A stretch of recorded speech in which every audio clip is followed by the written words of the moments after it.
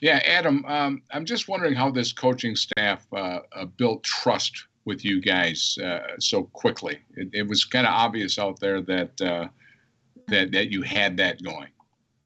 Yeah, I think it comes down to all the stuff that they have been preaching and all the stuff that they've been talking about since day one. It started to come to life throughout the game. So I think when you talk about something over and over, and then it actually comes to life, and they're doing what they say they were going to do, you just start to build confidence. And as players, you just really trust it. But it came along before that, throughout practices, all the OTA practices, the training camp practices, you start to build trust, and you see kind of what their intentions are, their direction that they want to take this offense, and you see that there's a plan and a purpose for everything that they're doing.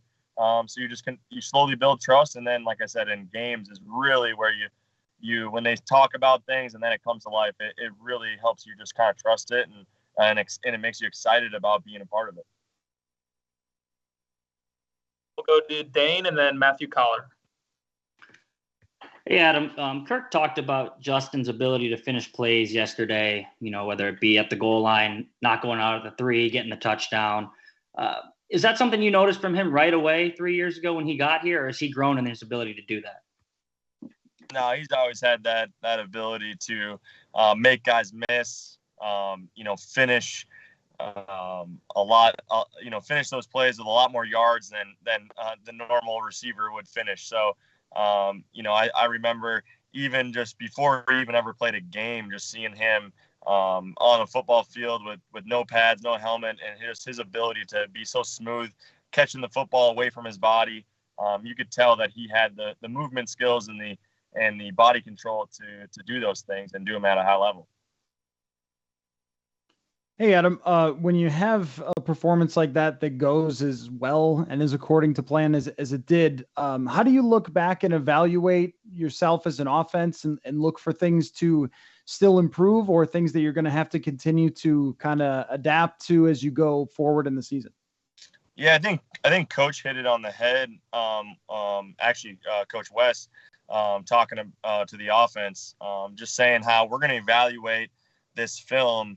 Whether we win or lose, we're gonna evaluate it the same way. Because whether you win or lose, there's gonna be things you got to correct, get better at, and like Coach O'Connell said to you guys that there was a lot of yards left on the field, which there always gonna be. But I think it's just making sure that you're evaluating yourself individually and making sure that the things that you could have done better, you're going to work on that this week.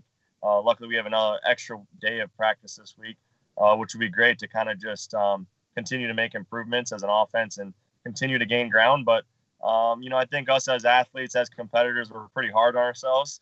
So we kind of know what the coaches are going to say before we even get into those meetings. But that's what makes the great ones great. They're hard on themselves. They make those corrections and they get better each week. Adam, you talk about seeing the coaching staff, what they've been preaching, kind of come to life. And, when you got a guy like Kevin, who, yes, we saw what he was, along for the ride and coaching and doing all that with the Rams. So when you're the head coach and you can see your plan come to life, we've seen it with Stefanski, who there's just some guys that seem to just be born to do that, have that confidence and that calmness. Just out of the chute. How is that as a player to witness that come to life as well? Yeah, you could see it in Coach very early on, just his confidence and the way that he calls plays, the confidence that he had installing the plays and how he was going to, him and his staff were going to make this, our offense. And then just his love for the game. When you're on the football field with him, you can tell how much he loves it.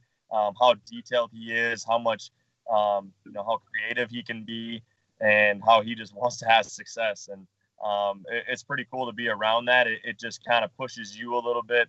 And you got to have great leaders like that love the game and love to be around the guys and love to be on the football field. I remember, in OTAs, like he couldn't wait to get on the practice field before we started the OTA practices. And you could just see his energy when we finally got on the field.